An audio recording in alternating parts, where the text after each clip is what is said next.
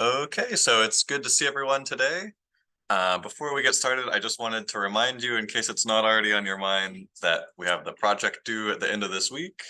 So if you're, struggling with that, feel like you're stuck somewhere or have questions about the formatting, which for the most part, I'll just answer by saying I don't care too much about the formatting, then feel free to reach out to me or talk to me after class. We do want you to do as best as possible on that. And especially if you have one of the topics that involves concepts from this week or later, please do talk to me so that we can get you up to speed on those and make the project as doable as possible. Okay, so we'll hop back in where we were yesterday. And I should start by saying that I made a mistake right at the end there, which seems to be a bit of a pattern here. But anyways, so we know that we were trying to find the sound intensity level if we add a second equally intense sound. So we use this formula for the definition of decibels, which is 10 decibels times log base 10 of I over I naught. And we can reverse that to have the formula I equals I naught times 10 to the beta over 10. And doing this, we were able to find that the intensity from one blender was 2 times 10 to the minus 4 watts per square meter. So again, this is a good illustration of the fact that human ears are actually pretty sensitive to sound waves, even if they have a relatively small intensity in comparison to something like the laser we saw earlier that had like 1,000 watts per square meter of intensity. And so then what we do to find the decibel value for 2 blenders is we just double this intensity. So I2 would be 4 times 10 to the minus 4 watts per square meter. And we plug that back into our equation, which is the definition of a decibel. Here we do I2. And just by doing this, we get 86 decibels. So that's the correct answer. But what I wanted you to notice here, and then consequently messed up on, is that all we've really done to get this new beta is we've changed, so we've doubled the intensity, so we've changed this by a factor of 2. But when you have a logarithm, if you multiply things in the argument, you have to add logarithms of the same base if you want to separate them. So you can't just factor it out, which was my mistake. So what this becomes is 10 decibels times log base 10 of 2 plus log base 10 of I over I naught. Sorry to be right at the edge of the screen here. And so the moral of the story is if you want a sort of quicker way to get this beta 2 value, all you have to do is take beta 1 plus 10 times log base 10 of 2. And that'll get you 86. And so if you're doing one of these problems, on the MCAT or whatever, and they ask you to, I don't know, there are a million ways they can ask these sorts of things that make them more or less annoying. But let's say they tell you that you have 4 blenders and you take one of them away. How does the decibel value change? Okay, well, in that situation, if you had 4 blenders, we have some decibel value that's going to be 10 times log base 10, and let's just call it 4I over I naught. And we want to figure out how it changes if we take one away, so that would be beta 3, which would be 3I over I naught. And so we want the difference of these two. We want beta 4 minus beta 3 to figure out how the sound would change in terms of decibel value. And what we can do is we can break these two logarithms apart. So this beta 4 becomes 10 log base 10 of 4 plus 10 log base 10 of I over I naught. And then we have to subtract beta 3, which is 10 log base 10 of 3 plus 10 log base 10 of I over I naught. And so these two terms will cancel. And we see that if you take one blender away, if you start off with 4 and take one away to have 3, that the change in the decibel value would be 10 times log base 10 of 4 minus log base 10 of 3, which is a very small change. And that's reflected in the fact that when you actually, if you made this situation a reality and listened to it, it wouldn't sound very much quieter by just removing one of the blenders because of the way that our ear is logarithmically sensitive. Okay, so hopefully this gives you some extra practice here and clears up my last minute mistake from yesterday. But are there any questions about how we can go back and forth? If I give you a decibel value, you can find an intensity. If I tell you to multiply that intensity by some factor, you can either just do that and calculate it, or you can break your logarithms apart into things that are being added together and calculate that way. Okay, very good, very good. And so for one of the problems on the homework, you will need this curve, which is from the book. But these two curves represent the threshold of hearing. So the smallest decibel value that a human can hear at different frequencies. So it turns out that the human ear is more sensitive to certain frequencies than to others. So when we're pretty young, like I would say the people in this room qualify in this sort of young adult curve, your ear is primarily sensitive to frequencies that are order a few kilohertz. So you can see between 2000 and 5000 is like the peak of sensitivity, which is a reasonably high pitch. So we would experience that as a higher pitch noise.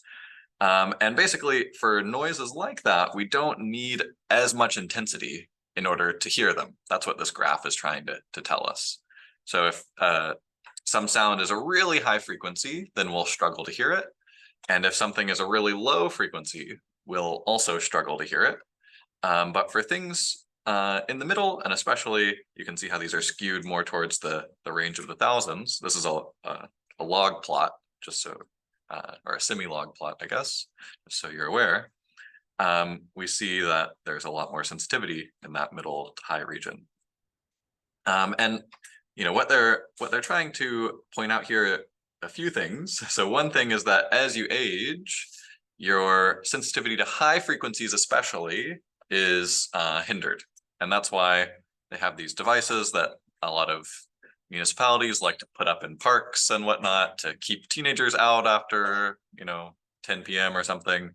And so what they do is they just screech at maybe somewhere in this region like 15 kilohertz. And so old people can't hear it at all, but to anyone under the age of, I don't know, 30, they sound really annoying. And then they also show at the top here sort of the range of frequencies that you experience in music and in speech. So music has a lot more bass tone, so you can see it extends to these lower frequencies. And normal human speech tends to be in a more narrow region. And you can see from this that the sensitivity, especially as we get older, is really focused around that range of human speech. So that's no accident. That's the most durable region of our for our sense of hearing, and that's the region that people tend to communicate in. And the reason for this change in the frequency hearing threshold basically just comes down to the fact that as you have your ears for many years, the high frequency bits, which are smaller, just become damaged. And so they're unable to resonate and you don't end up with the same sensitivity. Okay, so then the last section in chapter 16, which is one of the most important in terms of things you'll be asked to do and solve and whatnot, is the Doppler effect. And so I think we've probably all heard of the Doppler effect, at least in the simple context of like an ambulance driving by. At first, it sounds more high-pitched, and then as it passes you, you hear it at its actual frequency, and then as it drives past you and away, you hear it as a more low-pitch sound. So if you haven't experienced this, now that you're aware of it, I'm sure you'll notice it at least a couple times this week. That's how these things tend to go. Just look out for anything that's a continuous emitter of sound that changes its relative velocity with respect to you, and you'll notice that the frequency changes. And you can see this recent picture from the hurricane or tropical storm that was in this region a week ago.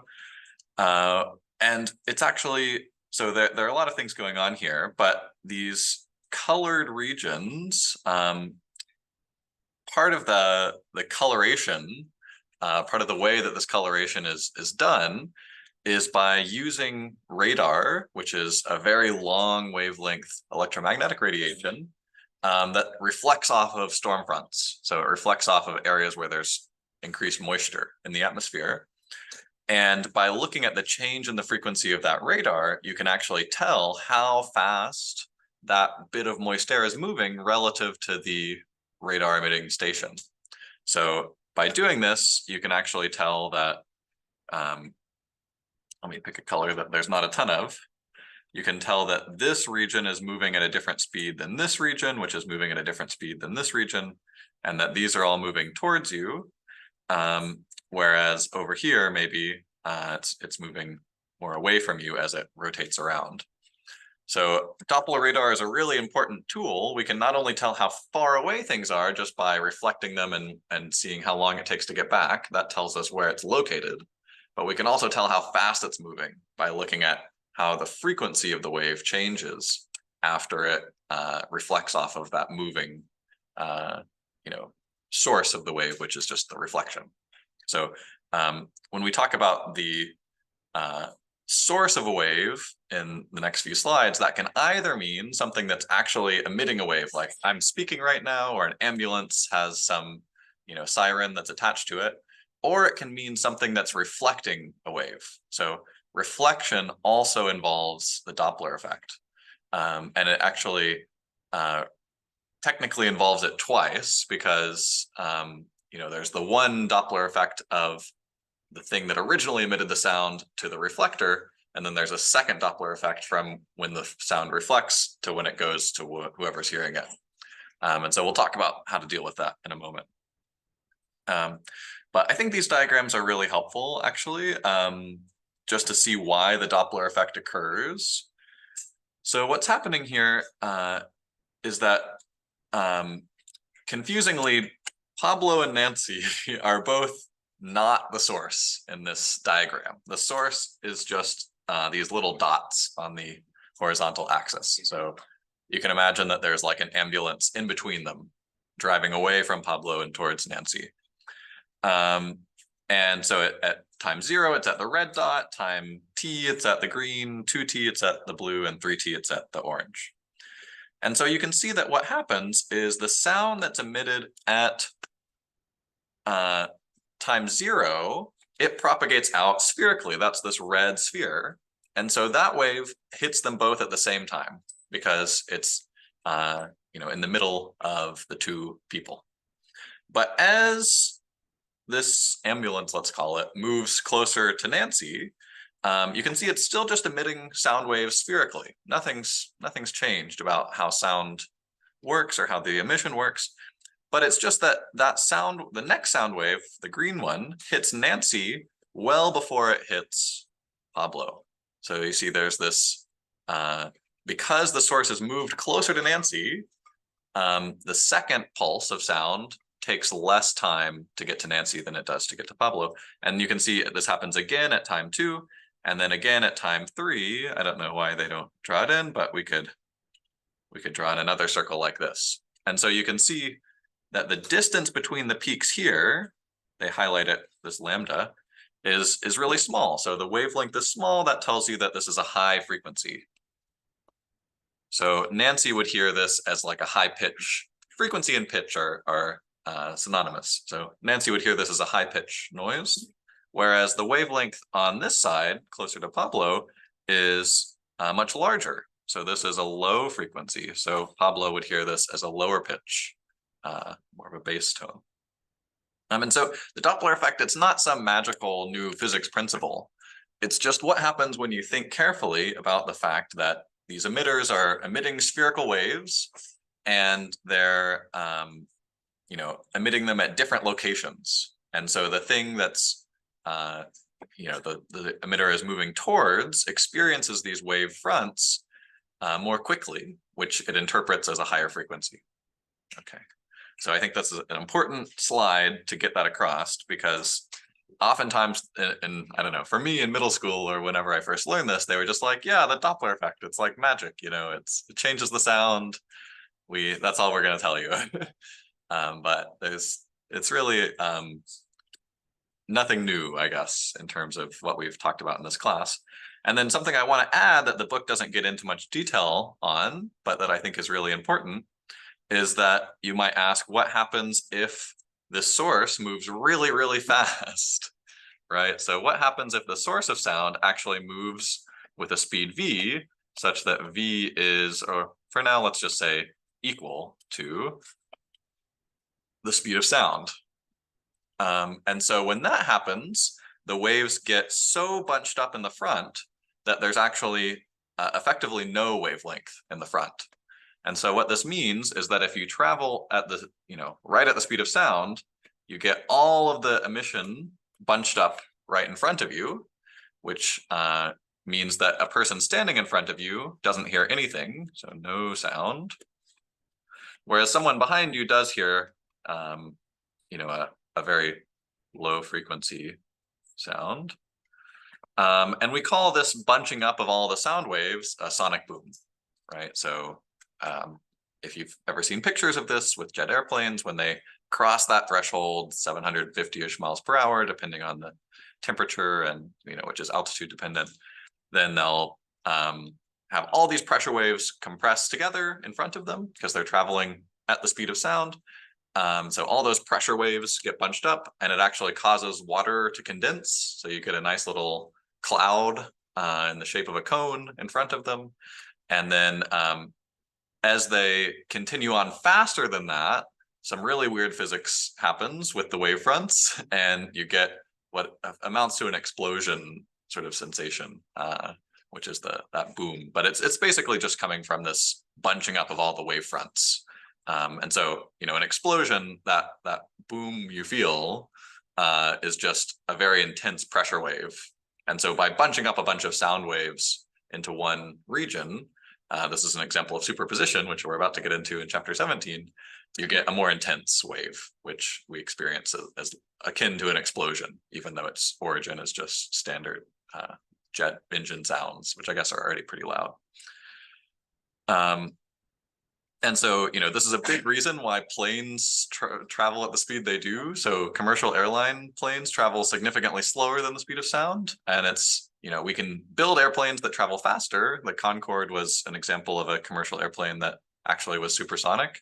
But it's just really annoying because it means that every time they speed up, they break a bunch of windows and stuff, and their car alarms are set off, everyone's sad.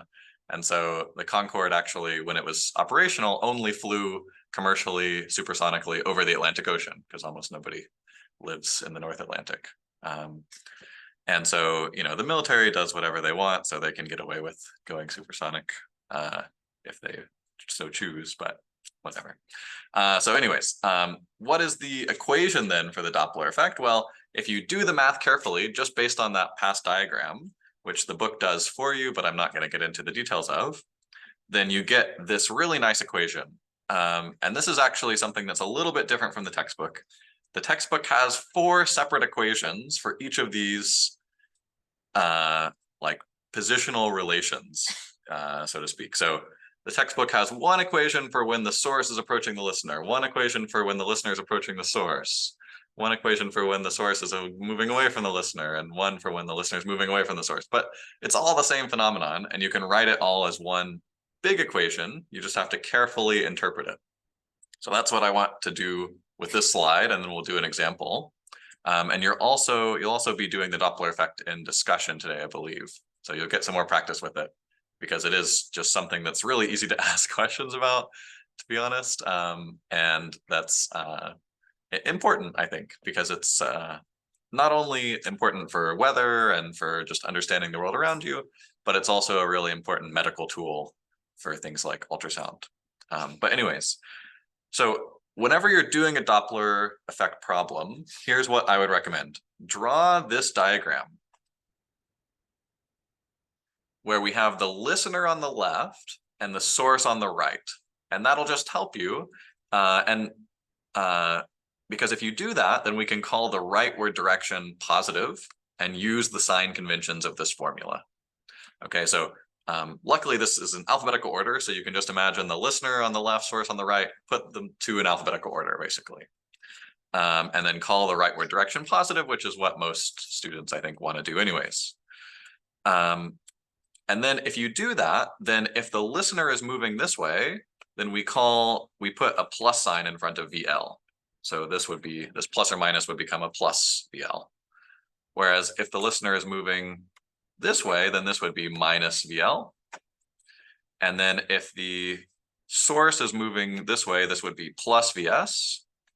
And if the source is moving this way, this would be minus VS. And if one of these is stationary, then we can just put a 0 in for its velocity. So the formula becomes much simpler. So for example, if the source of the sound were not moving, then we could just cancel out this term. Okay. Or if the listener was stationary, so if you're standing on the sidewalk and an ambulance drives past you, we could cancel out this term. So let's actually think about that example. So imagine that you're on the sidewalk here, and there's an ambulance, coming towards you.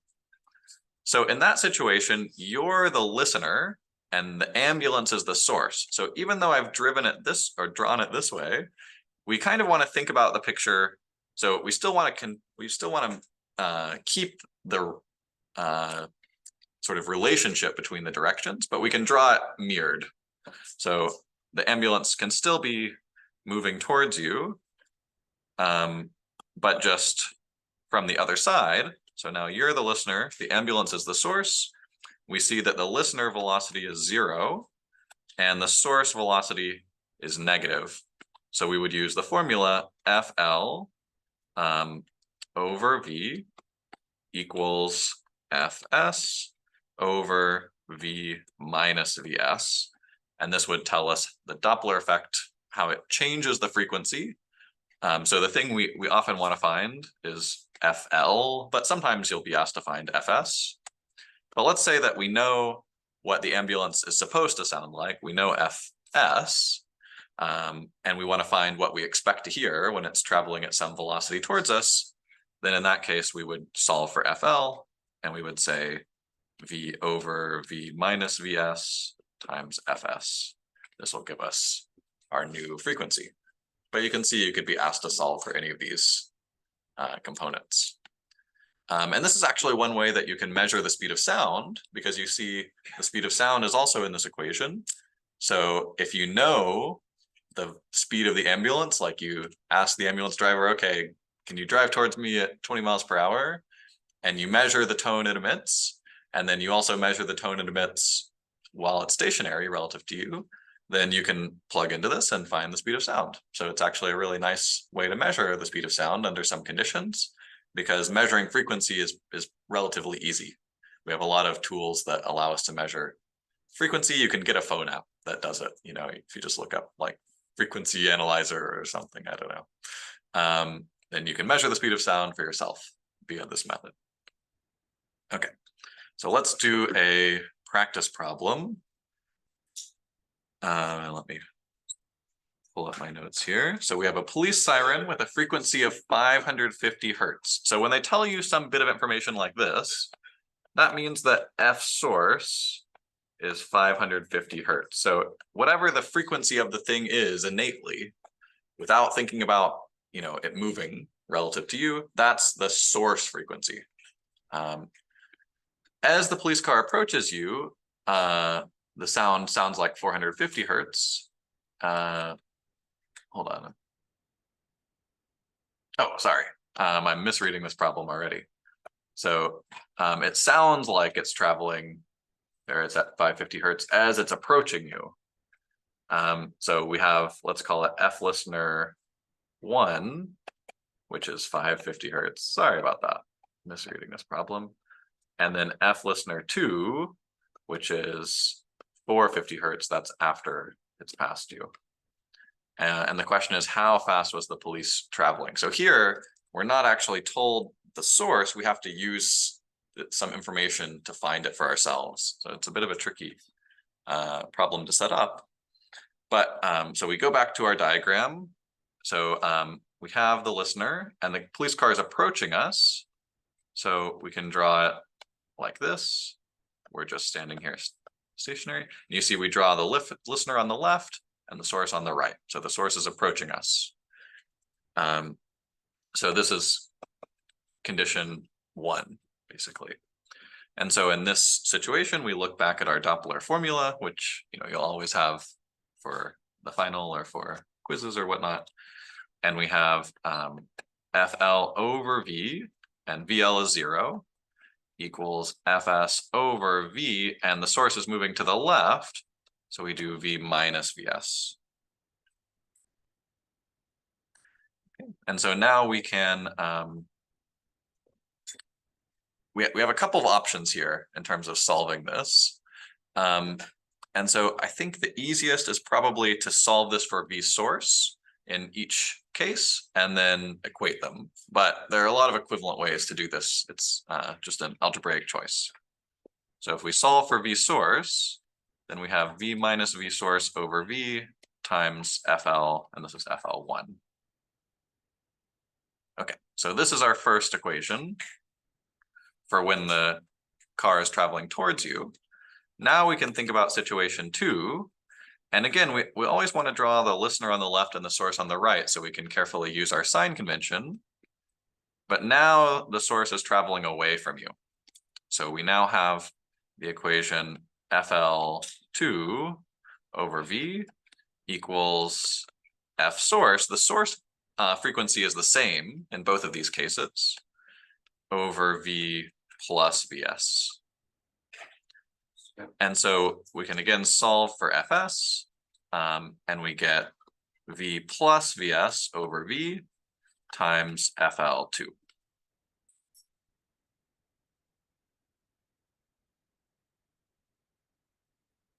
Okay, so now we can equate these two. Yes, we can equate these two and say that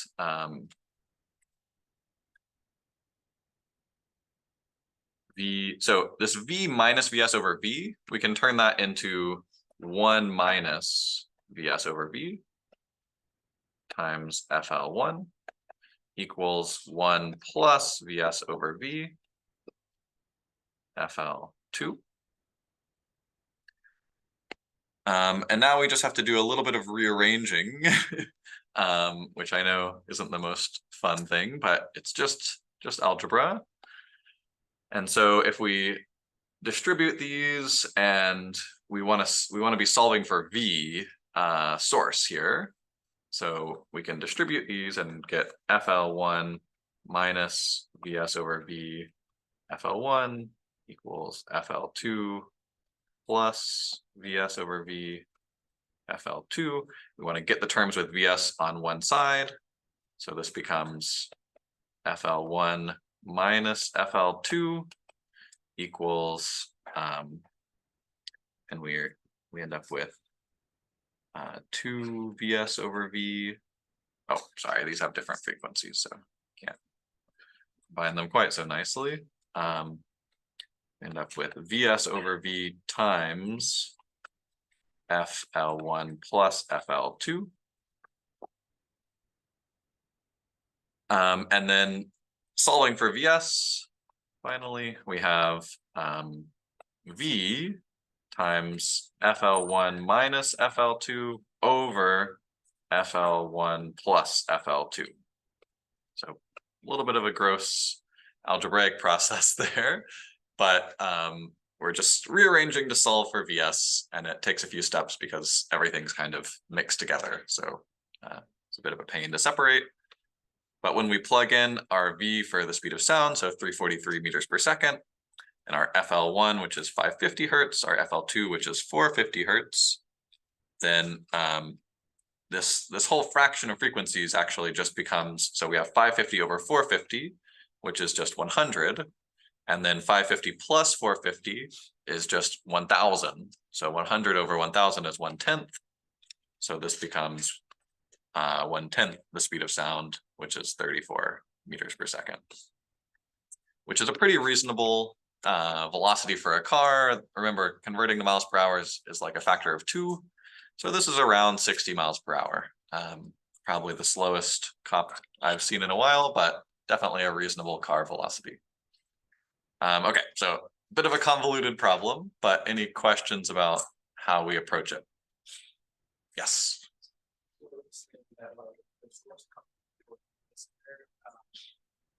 At like 5 seconds, so we can also change that into like listener talking to our source.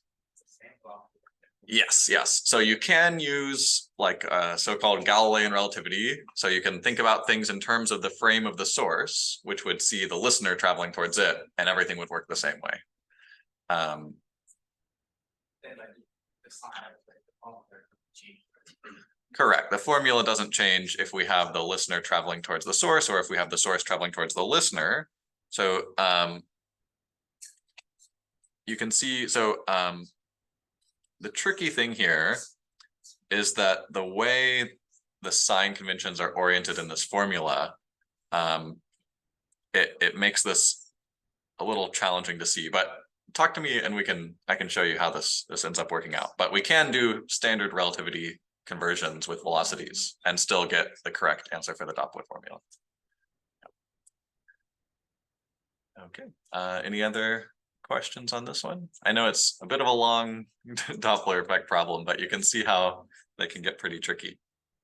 Okay, so then something that you'll want to have in your bag of tools if you're doing the ultrasound project, so I'm glad we're finally getting to it, is how do you measure the speeds of things in the body using the information we get from an ultrasound? So we've already talked about how you can bounce an ultrasound, a sonic pulse off of some, change in density in your body. You'll get a reflection, and you can measure how long it takes for that reflection to come back to you, and that tells you sort of the structure of the internal parts of some portion of your body. So you can figure out where is the skin end, where is some fat layer, some tissue layer, some bone. So that's just based on travel times. Just velocity is distance over time.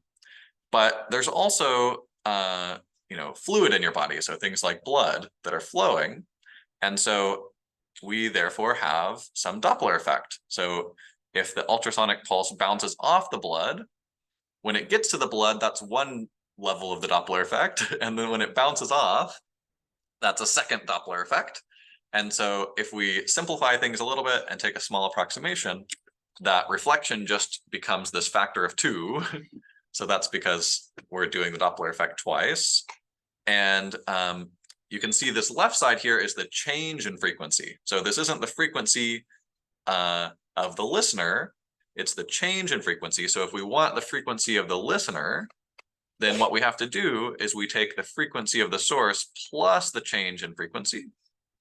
And this F0 is the frequency of the source. So you'll sometimes see, so F0 and Fs, those are used interchangeably here. And so what you see is that we have 1 minus 2 V0 cos theta over V sound times the frequency of the source. So this is what you would want to use to actually get the observed frequency back at the, transducer. And so what this allows us to do is, if we know the direction of some artery, let's say, which we can figure out by imaging it, just using travel times of the pulse, then we can get the theta and the cosine theta. So this is from our image. We have to figure this out somehow.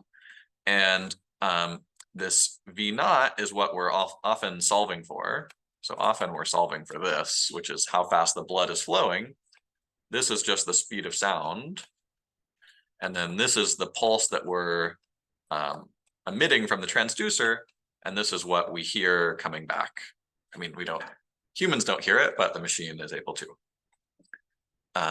And so most of the problems involving this Doppler effect for ultrasound are pretty straightforward. This is also the equation you would want to use for a speedometer. So when the police measure the speed of someone, they're emitting radio waves from a little gun-looking thing. It bounces off the car and comes back. And based on that change in frequency, you can tell how fast someone's driving. So that's why they, have to kind of keep pace with you with that little radar gun. And that uses the same formula because it's based on reflection.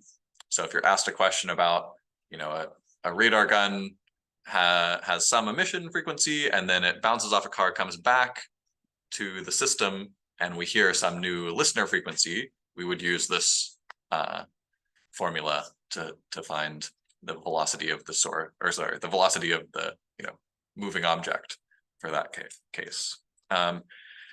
However, if both the source and the object that's having waves reflected off of it are moving, we have to be a little bit more careful.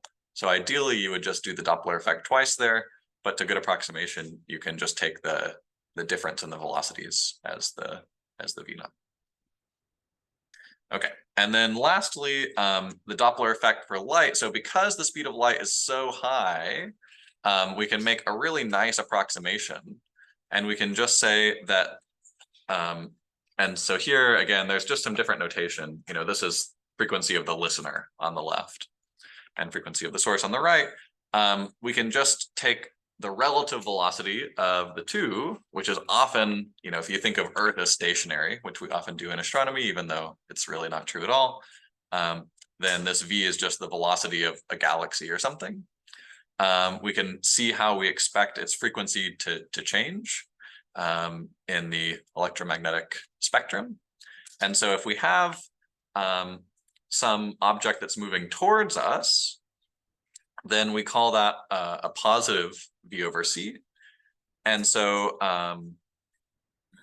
for objects moving towards us, this FL is going to be greater than FS, and we call that blue shifting. So this is something moving towards us.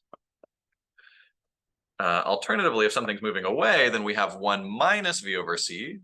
So FL is less than FS, and we call this red shifted. So if something's moving away, it looks more red, whereas if something's moving towards us, it looks more blue. Now, this might not physically look that way to a human, but this is just a way of speaking about the relative change in frequency. And some astronomical objects actually do look more red or blue visibly based on this effect. And a really cool thing, which actually happened not too far away at the Griffith Observatory in LA, is that Hubble was able to measure there that actually all of the galaxies are redshifting away from us. So everything is moving away from us.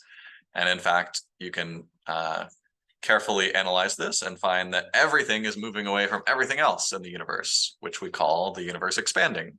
And so the expansion of the universe, which is this really grand, story of physical discovery, is basically just the result of the Doppler effect. I mean, there's a lot more to it than that if you get into the details, but we just look out into the universe and we notice that everything is moving away from us in every direction.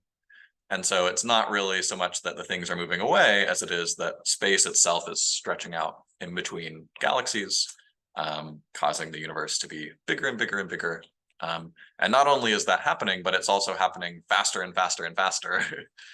So it's an accelerating expansion. So I just add this because this is related to my research. So I find it interesting.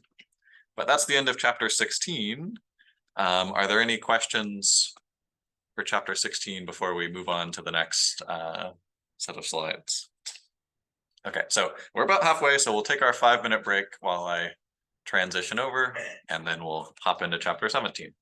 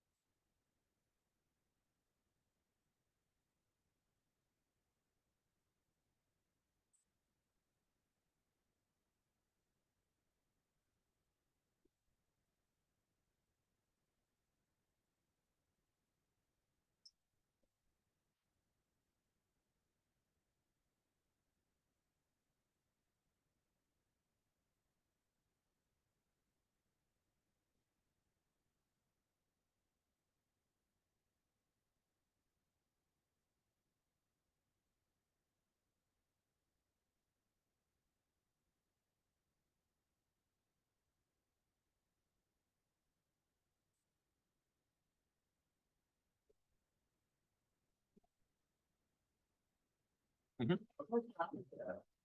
Doppler effect, relativity that we talked about? Yes. So, so would this work? So if I just have like a fixed, so just the sword, and this the velocity of the sound, and then just say like the velocity relative between those two, and the frequency of the experience, because the coordinate kind of messed up with me a little bit. Yeah. So this was really quick.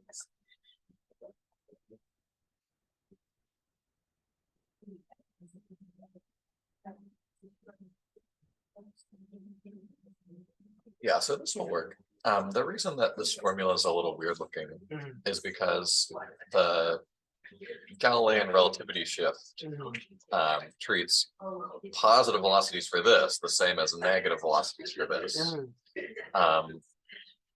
And so in either of those cases, though, we have to think about what's our listener and what's our source, and it flips when we think about which is moving. But yeah, this should work. But let's say we flip it, remember how like you flip it to the mirror, and then you have like the listener on the left, right? So if say we flip it, and then we just like blindly plug in the number with the same thing in the same thing of this, would that work or not? I think that should work. Relativity and the Doppler effect should be completely compatible. It's just you have to carefully make sure you watch the plus or minus signs and which is which. So for this, right? So they come toward the listener. So if I put this V over here and then as a plus sign, and then it's just like the velocity of the sound, then that should be the same thing, right?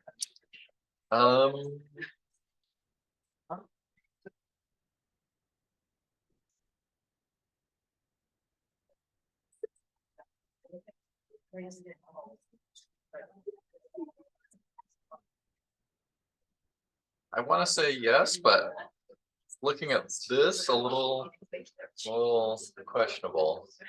I'll probably try to write something out for you on this, or find a better source.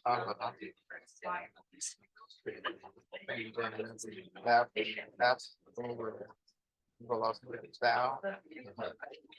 And, oh, but then that'll be a plus sign. That'll be a plus sign. But then they are both approaching each other. Yeah, so these will be approximately the same. Oh, when you this way, but they should match. I'll have to think about this. Because yeah, you're right. Just using these equations directly, you get this, and V minus Vs over V is not the same as V over V plus Vs, even though in the limit they're the same. Yeah. Okay. And then for this, the negative signs only work if So like, that's mean that It's assuming it's moving away. it's moving away from us. Yeah. But the cosine actually will take care of that. Oh, okay. So I should have maybe talked tomorrow. So if it's moving directly away from you, theta is 0. So this is purely negative 2v naught. Oh, they can see that. And so if it's moving towards you, this theta is pi. Uh-huh. So this negative goes away. So if they're directly, then they cannot see anything. If it's moving directly away from you, Yeah. you would see the frequency shift. So theta cosine of 0 is 1. Oh, I see. So if it's moving horizontal, you wouldn't get any There depth you go. motion. I see. And that's Oh. equivalent to if, so if an ambulance is right in front of you, passing horizontally, you would hear it at its source frequency. So when it's it's just that when it's like this, so if you imagine it traveling like this, it has some component towards you. Okay. And so it only has no component towards you when it's perpendicular to you and moving. Oh, because the angle changed. Exactly. Thank you. No problem. Good questions.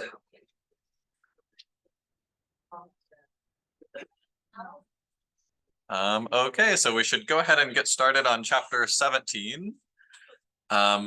Which is going to be really closely related. So we're still thinking about traveling waves, but now in a new context. So in the context of what happens if you have lots of them, or at least a couple of them.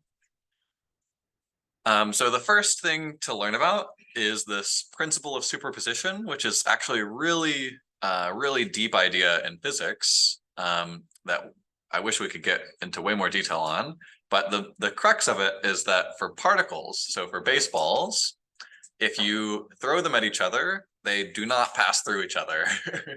Okay, so physical matter or particles in general, even if it's something like an electron, you can view it as some solid chunk. And so if it encounters another chunk of solid stuff, it'll not be able to pass through it. And this is kind of weird if you actually learn a bit about atomic physics, because humans are mostly empty space, or baseballs are mostly empty space, but the electromagnetic forces are strong enough that they don't want to get any closer to each other, and so they're able to repel, which causes them to not pass through one another.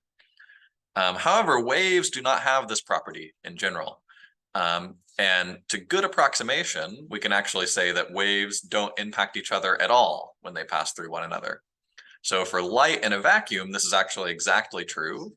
So if you have 2 radio waves in space, they pass through each other, they don't affect one another whatsoever. It's as if they never met their partner.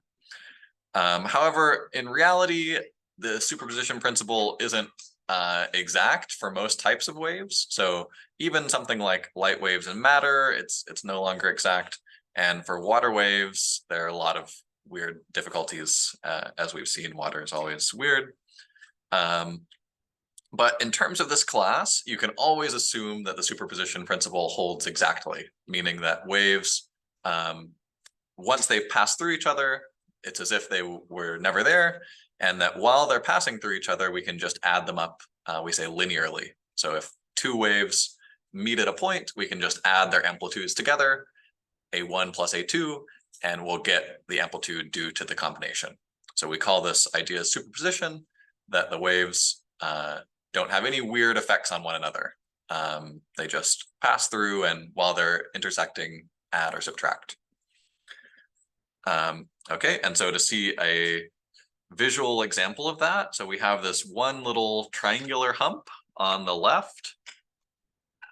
So this guy on the left, and we have this double triangle thing on the right, and they pass through each other. So at first, this is where they just start to touch one another. And then when they overlap, you can see that at this time, 2 seconds, they're both overlapping. And since there are 2 of them and they're both positive, we add their amplitudes to get the result. And then as they keep passing through each other, now the small piece that was traveling to the right is counteracting the negative piece, or the negative part of the piece traveling to the left. And so these 2 actually cancel each other out. We have a positive amplitude and a negative amplitude. We add them, we get 0. And then once they pass through each other, so now this is that pulse from the left and the other one is the pulse from the right, they are unchanged. So once they're fully passed through one another, it's as if it never happened. Or it's as if there was no collision. So we don't have to think about momentum or something for these waves.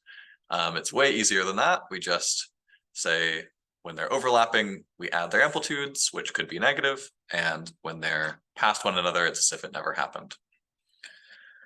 And so we call this, just to clean this up a bit, we call this case here, as you can see, constructive interference, where the two waves add together to help one another, and you end up with a larger amplitude. And we call the case here, where they've canceled out, destructive interference. And so if you have some earbuds of some sort, like AirPods or something, a lot of them nowadays have destructive interference as a built-in feature, which is noise canceling, exactly. And so what they do is they have a receiver that picks up the sound, and then they play that same sound back to you, but just out of phase. So whenever the sound is pushing, the AirPods pull, basically, or whenever it's compressing, they refract. And so as a result, the noise is greatly reduced due to this destructive interference effect. Now you can see constructive interference in the case of a concert where you might have two big speakers, one on either side. So the people right in the middle get constructive interference if the two speakers are in phase. And so they'll experience a significantly louder sound than people a little bit on either side of them. Of course, you'll also have little bits of constructive interference all around, and we'll talk about this in the section on 2 and 3D superposition principles. That's like later in chapter 17.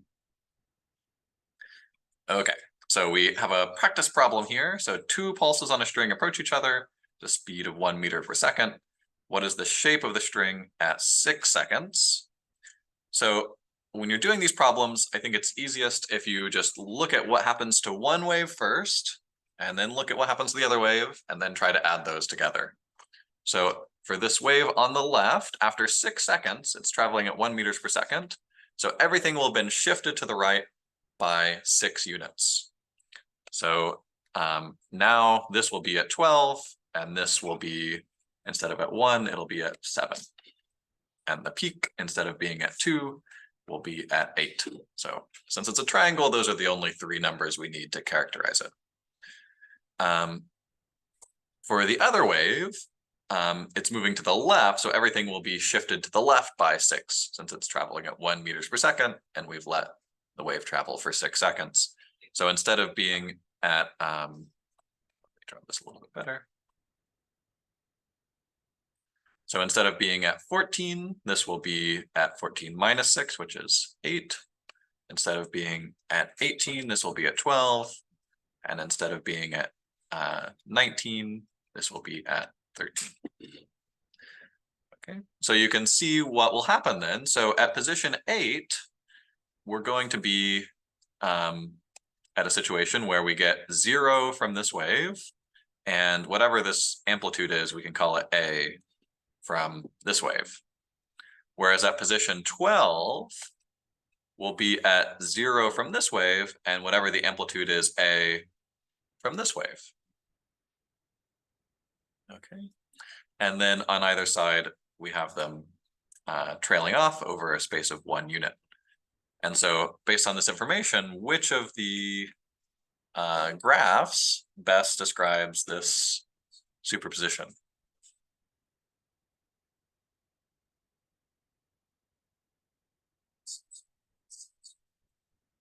Okay, so you can say it's closest to C. So at C, you see we have this motion from 7 to 8. So this part checks out. That's just coming from the wave that was originally on the left. We have this decrease from 12 to 13. That's coming from this chunk that was originally on the right. And then it starts off at the amplitude due to the top of the leftmost peak. It ends at the amplitude due to the rightmost peak. and we have two linearly changing functions. So one linearly decreasing, one linearly increasing, with similar slope. And so we expect the sum of those to result in a constant. And you can kind of play around with this. If you look at 4, it's roughly a over 2. And if you look at 16, it's roughly a over 2. So adding those up, we expect to get a.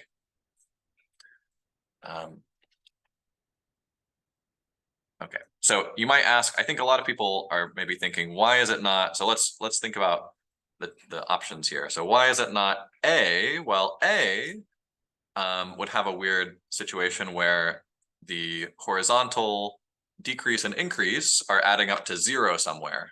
And the only way that can happen is if there's either no amplitude or if there's a positive and a negative amplitude canceling. So it can't be A. B, we end up with a decrease in the middle. I think B is the trickiest one to see that it's not the case. So we could come back to B.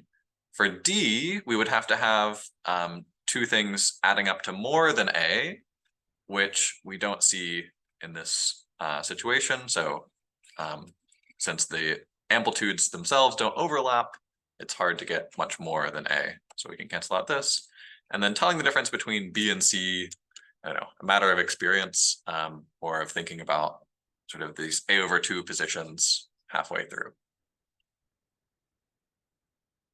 Okay, so is this one clear? I know this is a bit of a vague explanation on B versus C, but you can see this mathematically if you think about two overlapping linear regions. So we have one region going up, one region going down, and that the result is something horizontal,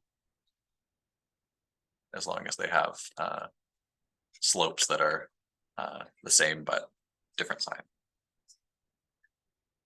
Okay. So now what can we do with superposition? Well, the first thing and one of the most interesting things we can think about is this idea of a standing wave. And standing waves are really closely related to resonance, which was another concept from the end of chapter 15, where we were trying to think about what is kind of the natural frequency of some system.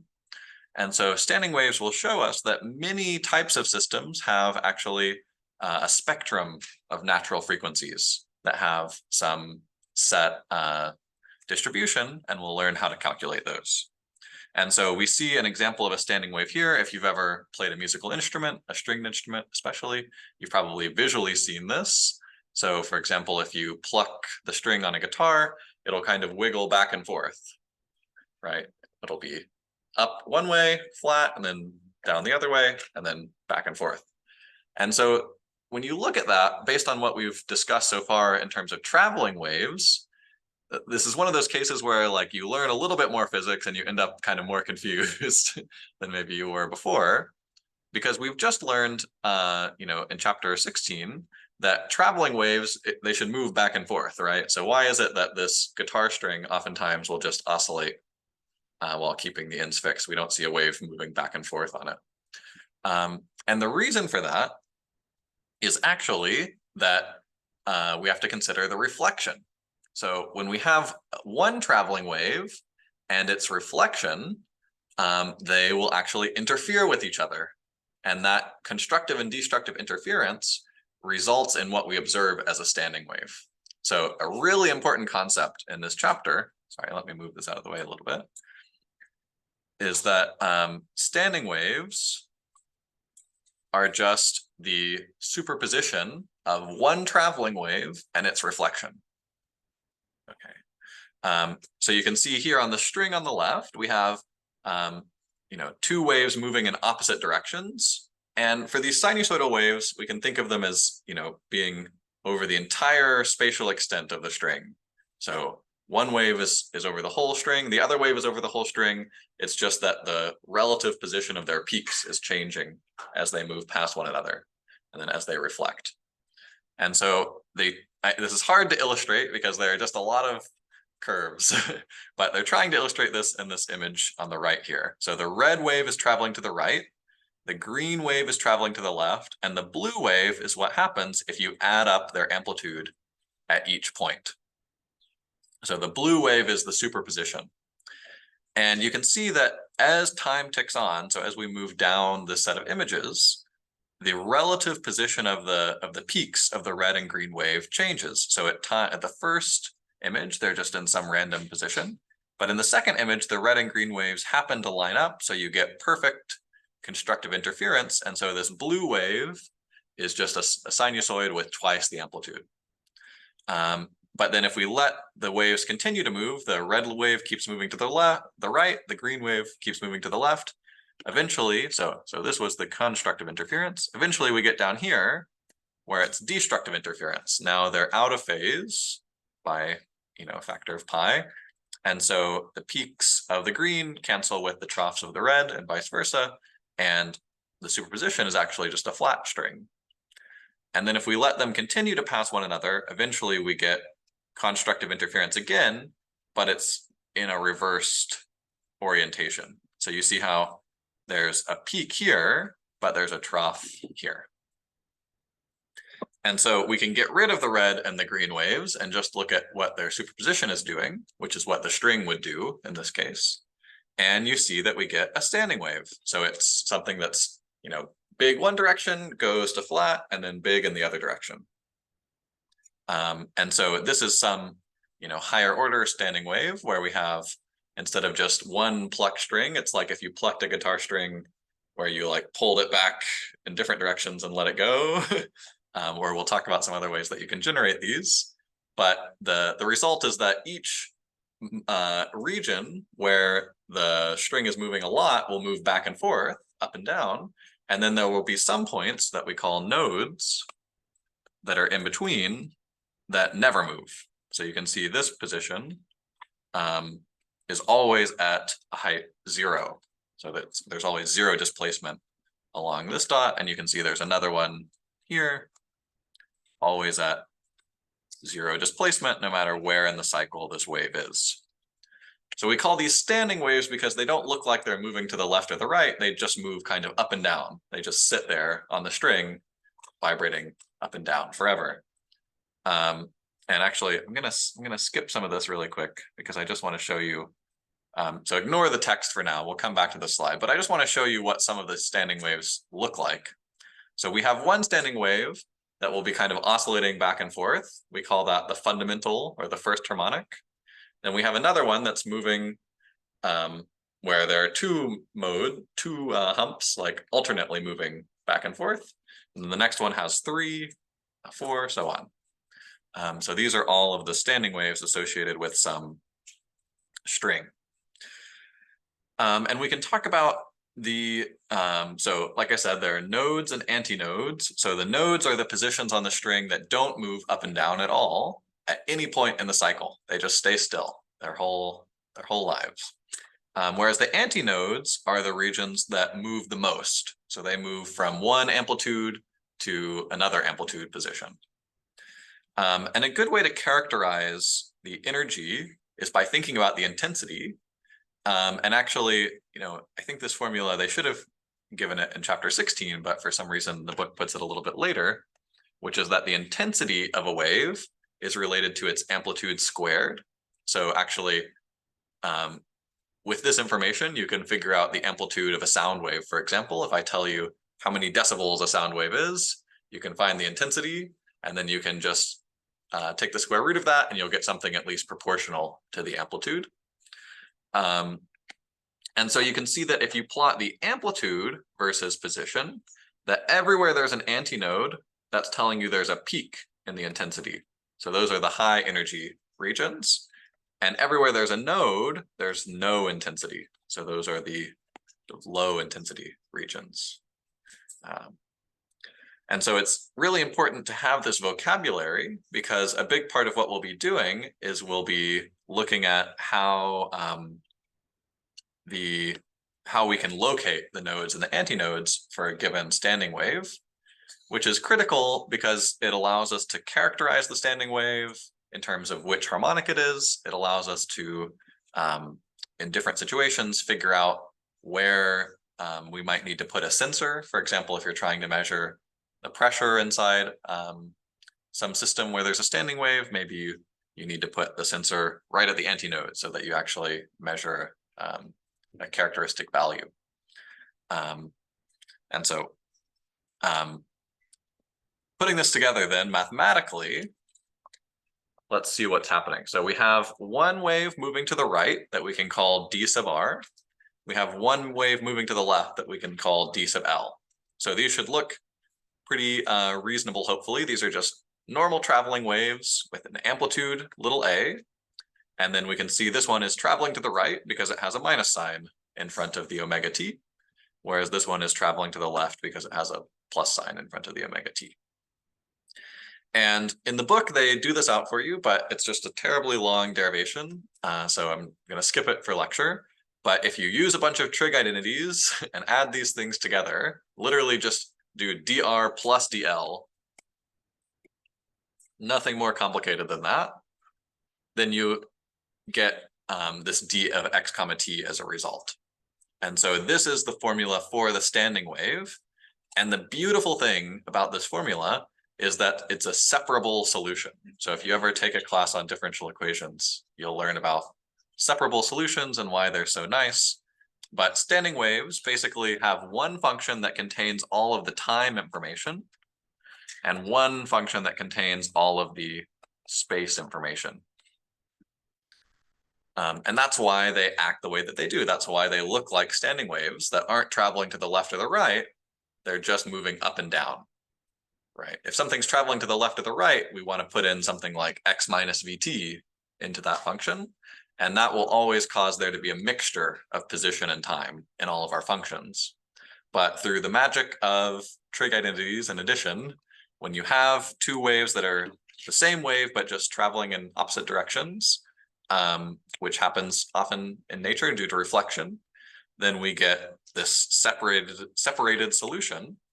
And so this cosine of omega t, this tells us how that wave oscillates with respect to time, up and down. But we also might ask, how is that oscillation characterized in space? And that's where we get this amplitude function. Okay, so oftentimes you'll see this, the equation for a standing wave written as a of x times cosine of omega t. And so what this formula is telling you, the cosine omega t, that's just an oscillator, right? A harmonic oscillator. And so that's the up and down motion of the system. And then the a of x is telling you at what positions are there nodes and what positions are there antinodes, basically, right? So whenever this a of x is equal to 2a, which is the biggest it could be, then you'll have an antinode. And whenever it's equal to 0, you'll have a node. So this is how we figure out where they're located, right? So just to say that, or to write that down. So if this a of x is equal to 2a, that tells you that the sine of kx equals 1. So for whatever x values this is true, these will be your antinodes. And then if this sine of kx is equal to 0, then the amplitude at those locations will always be 0. And so those are what we call nodes. So if the sine of kx, whatever x values cause that to be 0, those are the locations of the nodes. So let's see this on a plot. So so first we can find where the nodes are. So this is for the nodes. So we set that amplitude to 0. So where is it on the wave? What positions in terms of the x coordinate cause the amplitude to always be 0? So those are going to be these locations here, where the standing wave has no displacement ever. And so we set a of x equal to 0, and when we can then just get rid of the 2a. And so effectively, we're just finding when sine of kx is 0. And that will happen when kx is equal to 2 pi xm over lambda. So remember, k is just 2 pi over lambda. So this is just plugging in for k. And so sine is 0 for multiples of pi. So integer multiples of pi. And so we can take these two circled equations, we can cancel out the pi's, we can rearrange them, and we get that the position of the nodes, or the positions of the nodes, are integer multiples of lambda over 2. Okay, so what that means is that this distance here is lambda over 2, this distance here is lambda over 2, and so on and so forth. So this would be our m equals 0 node. This is our m equals 1 node. This is our m equals 2 node. So you see in some system, you could be told what the wavelength is, and then you could be asked, okay, where is the 20th node or something? And it's a really straightforward calculation. So the 20th node would just be when m is 19, because we also have a 0th node. And so we would just plug in 19 times lambda over 2, and we would get that node. Okay, so any questions about how we find the locations of the nodes using this A of X formula? Yes.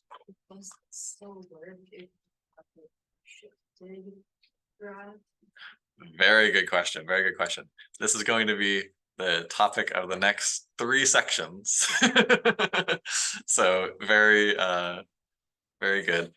So let's think about a guitar string for a second. For a guitar string, the end where you tune it is stuck in place, it's fixed. And the end where it's connected to the body of the guitar is also stuck into place. And so no matter what you do, you have to have a node on the right side and you have to have a node on the left side. So you see, in that situation, you can't have a shifted standing wave. It can only be of a form where it's a node on either side. And so it'll look like a sinusoid. Or sorry, not a sinusoid, a sine function, not a cosine function. But standing waves where that's not the boundary condition are really, really important. So that's what we're about to talk about. So good question. Okay, before we do, let's do a practice problem. We might not get much farther today, but I think it's good to actually do some practice. Even if it slows us down, it's important. So here we have a very long string with some linear density. So this is our mu is 5 grams per meter. And it's stretched with a tension T of 8 newtons. And 100 hertz waves with amplitude 2 millimeter are generated on the ends of the string. So we're going to cause a standing wave to form by generating a wave traveling from left to right and another wave traveling from right to left. So the frequencies involved, though, are 100 hertz, and our amplitude is 2 millimeters. In this chapter, they'll often use the amplitudes of the original waves. They'll use a lowercase a, and that's just to help you remember that the thing you actually see on the string, the capital A, is a function of x. So it's due to the superposition. So it's a little bit trickier. And so the first thing that they want to know is, what is the node spacing along the resulting standing wave? Okay, so how do we find the node spacing? What was the thing that we need to know from this formula? So m is just an integer, so we need to know lambda. We have to find out what lambda is if we want to know the node spacing. And so to get lambda, they tell us the frequency, but lambda, remember, is a property of both the source and the medium. So we need something from the medium, which is the velocity of the waves. And this comes from that formula we saw a while back, that the velocity is root t over mu, the square root of tension over the linear density. And to use this, since tension is in newtons, we have to convert this linear density into kilograms per meter. So this is going to be 5 times 10 to the minus 3 kilograms per meter. And we can then just plug in to root t over mu. And when I do that, I get 40 meters per second. And so then we can use the formula that V is F times lambda. So our lambda here is V over F. And so since we had 40 meters per second over 100 hertz, we get, 0.4 meters per second, or sorry, 0.4 meters or 40 centimeters. And then the node spacing, the thing they're asking here, this is just how far apart the nodes are. And so since there's one at every multiple of lambda over 2, the node spacing is just equal to lambda over 2. So 20 centimeters. Okay, so that's part A. And then they also want to know what is the maximum displacement of the string. And so for that, we just think about this A of X function, which is 2A sine of KX. And so what is the biggest that this thing can be? Well, that happens when this is 1. So that would be at an antinode. And so the maximum displacement, A max, is just 2 times little a, which is just 4 millimeters. So that one, pretty straightforward. Okay, so are there any questions about how we handle this sort of problem? Yes. So here they don't ask for the position of any specific node. They're just asking for this node spacing, which just means how far apart spatially are the nodes located.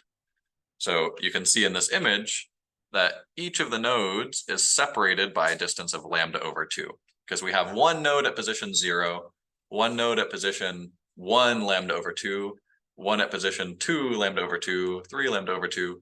So the spacing is lambda over 2. It's a kind of a weird bit of terminology. Yeah. Okay. Any other questions on this one? Very good. Okay. So we talked in this last problem about generating a pulse on each end of the string and creating a standing wave that way. So we just make one pulse on the left, one pulse on the right, and if we just do it exactly the same amplitude and the same frequency, even if they're out of phase, then we'll end up getting a standing wave. Now, we can generate a standing wave more easily by just wiggling the middle of the string. And this is what happens with, when you're playing a stringed instrument, for example. So you're not like consciously trying to match the frequency on either end of the string to make the guitar string, just move back and forth. What really happens is you pluck the string, and that creates one traveling wave moving to the right and one moving to the left. And then they're going to reflect off either side, come back, and interfere with each other and create a standing wave that way. So that's what's happening here. If we just wiggle the center of the string at some frequency, we'll make one traveling wave moving in each direction, which will reflect off the sides, come back, and interfere to create a standing wave. So this is a really important principle that is often kind of overlooked a little bit in I think the discussion of standing waves, which is that they just very naturally occur because waves are reflected. So as long as you have some reflected wave, then you'll end up with things overlapping, which will cause superposition, which will cause a standing wave, as long as the frequencies are the same and the amplitudes are the same. Okay, so now getting to your question from earlier, which was really good about what's happening at the edge, what type of function should we be using? And this is probably the last thing for today. There are two general types of boundaries for some system where we might imagine there being standing waves. So there's what's known as a fixed boundary, which is all that we've been thinking about so far. So a great example of that would be like a guitar where the string is, bolted down to some bit of wood so it can't move. And for a fixed boundary, what happens when a wave is reflected is it actually gets flipped upside down. So we say that the phase of the wave changes by a factor of pi whenever it's reflected. And the reason for this is actually pretty hopefully clear to see, which is that a wave is just caused by a bunch of harmonic oscillators pulling on their neighbors. And when you get to an end that can't move, what happens is that the last harmonic oscillators that are pulling on their neighbors have to pull up on something, which ends up pulling the wave in the opposite direction, and we get this reversed pulse traveling back. So it's just a property of this fixed end and the fact that there are a bunch of oscillators connected together that causes the wave to be reversed upon reflection. But we could also have an end where we just have the string tied to like a ring. We put that ring on a stick or something. And so now the string could travel back and forth up and down. It's not fixed anymore. We call it a free end. And so this is a free end over here. And for a free end, when the string goes up, so too does that fixed point. It also goes up. And so then when it comes back down, it sends a pulse out that doesn't have any phase shift. So the phase shift here is 0. So the reflected pulse is the same direction, the same orientation as the incident pulse. And the book doesn't actually make you do this at all for strings, but I think it's kind of good to see in the context of strings. But we'll see this again very soon, or tomorrow, I guess, in the context of sound waves. So for a sound wave, you can imagine when you're building a musical instrument, you can either have so if your instrument has a tube in it that sound is going to propagate through, you can either close an end of the tube or leave it open to the air. And so depending on whether you're talking about pressure or displacement, basically, we could say that one of those is like a fixed end and one of those is like a free end. And so when you have something like the human vocal system, which is closed on the end where I have my lungs and open on the end where I have my mouth, that's a system where we have a mixed set of boundary conditions. We have a fixed side and a free side. And so in that situation, we won't just have a sign, we'll have something that's 0 on one side and at an antinode on the other. So hopefully this starts to get to your question of what happens if it's phase shifted. But we'll get into this in a lot more detail tomorrow. That's all for today.